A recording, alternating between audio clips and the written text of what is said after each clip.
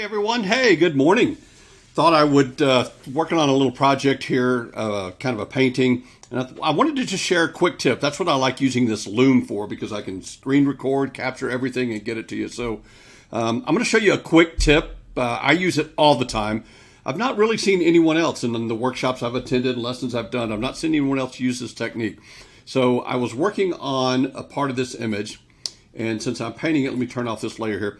As you notice, the dress has all these wrinkles and everything, and I've already cleaned up a bunch of them using frequency separation, but I want to show you, and this image is going to be a painting, so I'm going to show you a technique that I use in order to paint. So if we were going to paint, then you would come in here, and if I'm working on her dress with a mixer brush, let's say, and I come in here and it's really difficult to get in here, I'm going to exaggerate the painting. So you can see it's really difficult to get in here and not pull color from the skin like it just did there.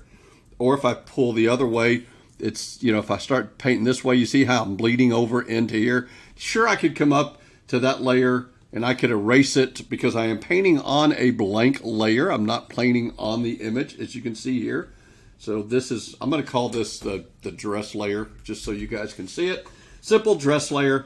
But let me show you what the best way to do so that you can do this and you can do it really, really quick. So I'm going to come down here and I'm going to select the layer that she's on. And this is little Pippa, so let me change that so you guys can see. We don't need these layers here, so I'll delete those. So anyway, so this is the dress layer here. And I'm going to use a mixer brush.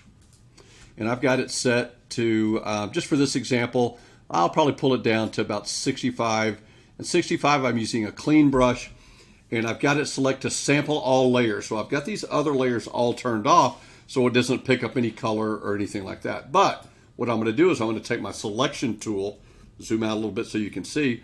And now I'm going to come in here with my selection tool, and I'm going to come in here and I'm going to start selecting all of this area around her. And you see how quickly it makes this really good selection, right?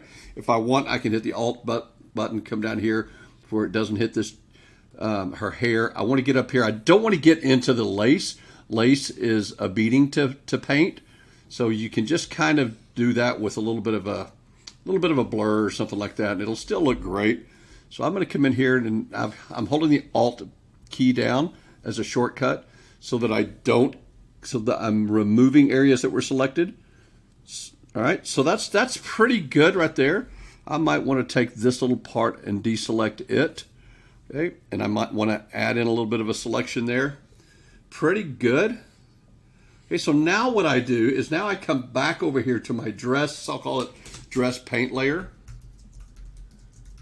Okay, and so now that I've got that selected, now I've got my mixer brush, and for this purposes, I'm just using let me see here, I am just using a soft round on my mixer brush. And now as I paint on this layer, and I have layers checked, okay, and now watch what I do. As I paint, notice how it doesn't go into her arm, right? So now I can paint this pretty quickly and smooth out all of these lines. And I can go back and forth, and so it grabbed a little bit of her arm right there, so I didn't get it close enough. But you see the point that I've got here. So if I'm worried about that, I can still pull this down in this direction, and I'm not pulling any of those pixels, that information, or color down into her arm. And as you can see, everything is starting to reduce. I'm starting to smooth all of this out. I can even almost kind of straighten the dress. I'm not going to go into other techniques here like dodging and burning to get these dresses to put in more creases and things like that. That is part of what I'll be doing on this dress. Okay, so right now I'm just trying to give it a little bit of a painterly look, but I'm also trying to smooth out these wrinkles and creases. All right, I'm not worried about texture. I can come back and add texture very, very easily. Texture is really, really simple to add back where you've been painting something, whether it's skin or material. Don't worry about adding texture. All right, I'm not worried about those little hairs. I'm not worried about that at all because I can go back in and I can add hairs. That's really simple. Okay, and now I'm just working on getting this dress to look really creamy smooth. right? Not worried about, I know I'll have a hard edge where I've got that line. That's okay. I know I'm taking away those little hairs. I'm really just trying to get the dress perfect at this point. That's what's most important. Okay. And we're, like I said, we're doing this really quick to show y'all. I've already done it. And I thought, you know what? Why don't I just make a little tutorial so I can share with you guys?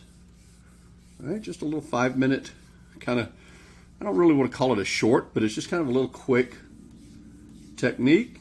Denver's letting me know that there's this mean person walking down the street. He's probably 80 out for a walk, and Denver felt I needed to know. Okay, so as you can see, and I'm not really getting too much into that lace. You know, see, we'll hit this little seam here. I'm probably just going to take that out. It's not going to be that noticeable. Just pull it out here, right? Okay.